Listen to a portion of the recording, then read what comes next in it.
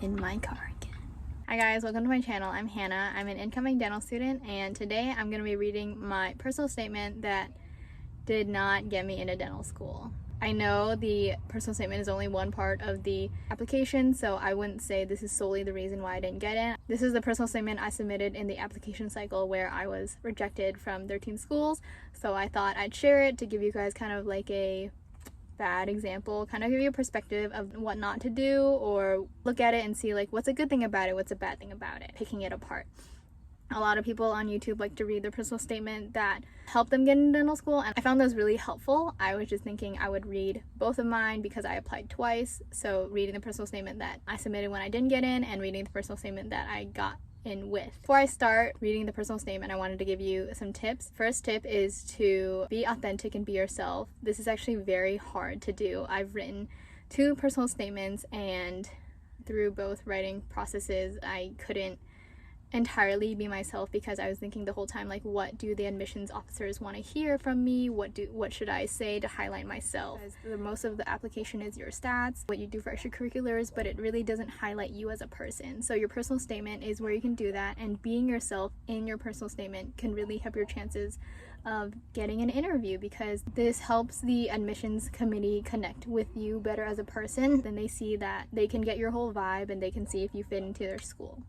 Tip number 2 is avoid cliches and using language that you don't normally use.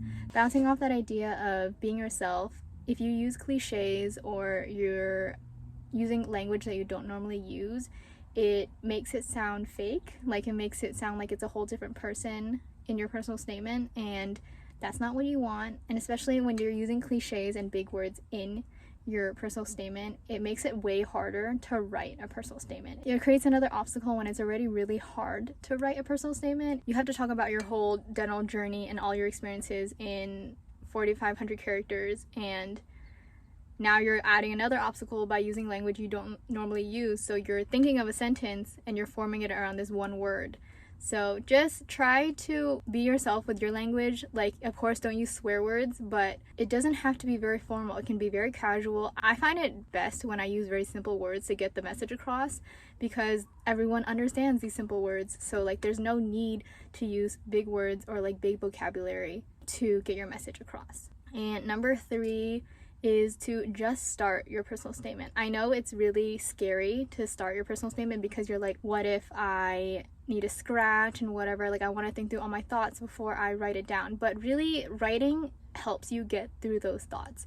Going through it on paper really does help your mind clarify what you want to say, and you get there faster. I definitely was scared to start my personal statement. I was like, I need to create this outline where I have all my ideas set, I know what I want to write about, but the outline didn't help me at all. I ended up scratching all of my outlines, and the second time when I wrote my personal statement, I just started, and that actually made my ideas clearer faster. So let's get into reading my personal statement. I have my laptop right here, so I'm going to be looking down a little bit sometimes while I'm reading, but how I think I'm going to go through this is I'm going to read one paragraph and then kind of give you back my thoughts and my feedback. We'll do like what's good, what's bad, and hopefully this helps you guys out.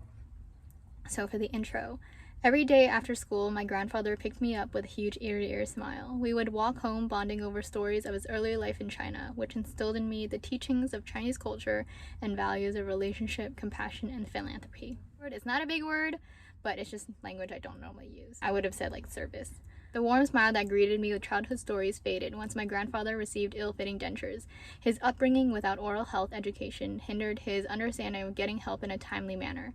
This made him delay receiving oral health care, leading to loose dentures that impeded his ability to eat properly. His suffering taught me the importance of dental care and its effect on one's quality of life, igniting my curiosity in dentistry.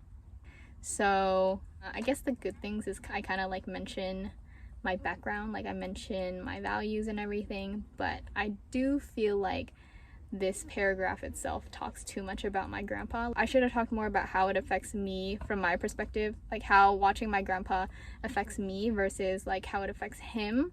It is important to kind of give that background, but I think I focused too much on how it affects him and just kind of used one sentence to talk about how it affected me. So if I could, I I would change it so that I gave like one sentence about my grandfather not knowing anything about dental healthcare and having ill-fitting dentures and how that has reflected on my life. Next paragraph. Interning for my pediatric dentist, I realized dentists not only make a huge impact on a person's health, but also build meaningful relationships to make that impact. Being a swim instructor, I knew I wanted to pursue a career that fosters long-lasting relationships. Through personally demonstrating drills and swimming alongside students, I gained their trust and gave them the confidence to leave the pool wall and swim. Similarly, dentistry requires a trust between patient and dentist. In my 7 years of dental interning, the trust I gained from patients through listening and educating flowered into close relationships that provided them comfort and the confidence to be proactive with their health and stay healthy. As a dentist, I will continue to create trust and meaningful relationships with my patients to prevent health-related complications similar to my grandfather's. The last thing about similar to my grandfather's, I think my mindset then was to create this circle with every paragraph, relating it back to the intro about my grandfather and relating about how and why I wanted to go into dentistry. My grandpa isn't the only reason why I wanted to go into dentistry. There are definitely many reasons that came after. He was definitely a starting point, but I feel like I shouldn't have done it so much. I think you'll see it more when I read the other paragraphs. Let's talk about the good things. I think the good thing about this paragraph is that I kind of mentioned my experiences. I have 7 years of dental assisting, interning. I try to gain my patients' trust and build a relationship with them. I think what I could have done better in this paragraph is to remove the whole swim instructor sentence or 2 sentences, because I have 7 years of dental interning. I can give some context about one relationship from the beginning of how I didn't know them to how I am with them now, and I think that would have been more streamlined in terms of it's all dentistry. I don't bounce back and forth between building relationships and then going to swimming and then doing dentistry. I think that's a lot of bouncing around. I would have probably just mentioned I want to build relationships, why is that important, what have I gone out of it, and then that'll really drive the idea home. So the next paragraph. Additionally, by volunteering at CDE Cares, an event providing free dental care to 2,000 people over a weekend, I discovered I can combine my skills in dentistry and cultural knowledge to serve the community's dental needs. Upon arriving at the event, I noticed a Chinese patient had difficulty in vocalizing his immense pain and unfamiliarity with antibiotics to a dentist. Realizing the language barrier, I stepped in as a translator, connecting and mediating the tension between the dentist and patient. I also explained the use of antibiotics to the patient. I understood why he was so unfamiliar with antibiotics, because in Eastern culture, medicine is commonly given in forms of herbal syrups rather than medical pills. Cultural differences pose an obstacle for dentists and patients to fully connect, adversely affecting patients' access to healthcare. With my knowledge of Chinese and American culture, I will work with my colleagues to achieve culturally competent care. I will use my cultural awareness and ability to translate to bridge communities, allowing patients to smile comfortably. My cultural values have shaped my actions in pursuit of dentistry, and I'm ready to use them to help patients receive better care. Part of me just wants to scratch this whole paragraph. There are so many times where I had to pause and I was thinking what am I saying? My goal for this paragraph was to talk about my cultural competence. I remember my advisor gave me a core competencies of health professionals letter, and she would just pick 3 and then kind of write about and highlight them in your personal statement, and that's what I did. And I think I did it very literally without thinking of how does that resonate with me. So I don't really have anything good to say about this paragraph. Hi guys, so I'm editing right now, and watching this clip through, I realize why I don't like this paragraph so much. And number one reason is because it actually doesn't answer the prompt of why dentistry. In the paragraph, I highlight a skill I have, which is being bilingual and being culturally competent, but it doesn't actually answer the prompt of why dentistry. Yes, I have these skills, but so what? Why do you want to do dentistry specifically? Because this skill can be applicable to the medical field, can be applicable to anything outside of dentistry. So why is it so important that I'm bilingual / culturally competent?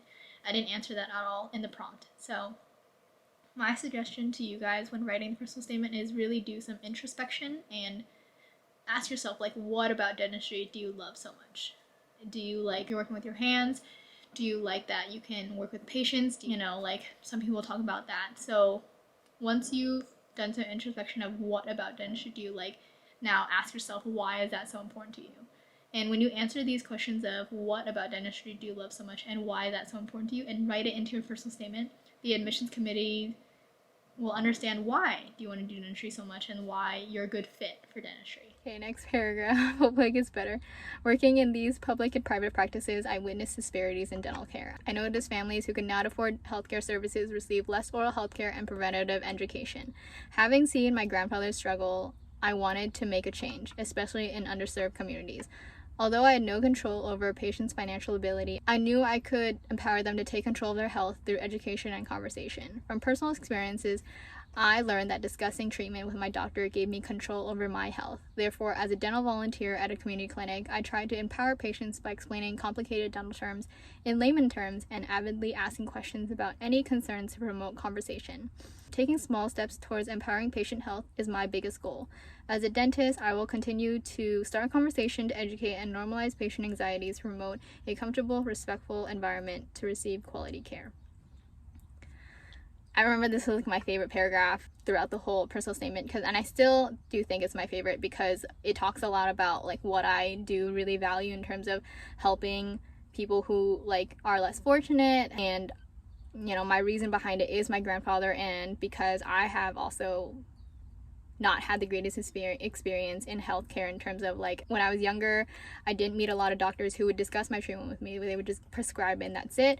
So this is something I really want to do in terms of having conversations with patients, and I talked about that in this part to show them like why do I want to do that and why is that so important to me. I think that is really important in your personal statement to talk about why do you want to do it and like what is the reason behind it. I think what I would change about this paragraph is that one sentence of taking small steps towards empowering patient health is my biggest goal. I do have a lot of goals in becoming a dentist. I want to do a lot of things when I am a dentist, but I wouldn't say, I think when I say this is my biggest goal, it sounds like it's my only goal. I don't know if I'd mention goals in this personal statement because this prompt is really why do you want to do dentistry. I talk more about why is this important to me, and then talk about how I would implement that when I'm a dentist if I have the space to do that. And time for the conclusion. To me, being a dentist is more than being knowledgeable about teeth and gums.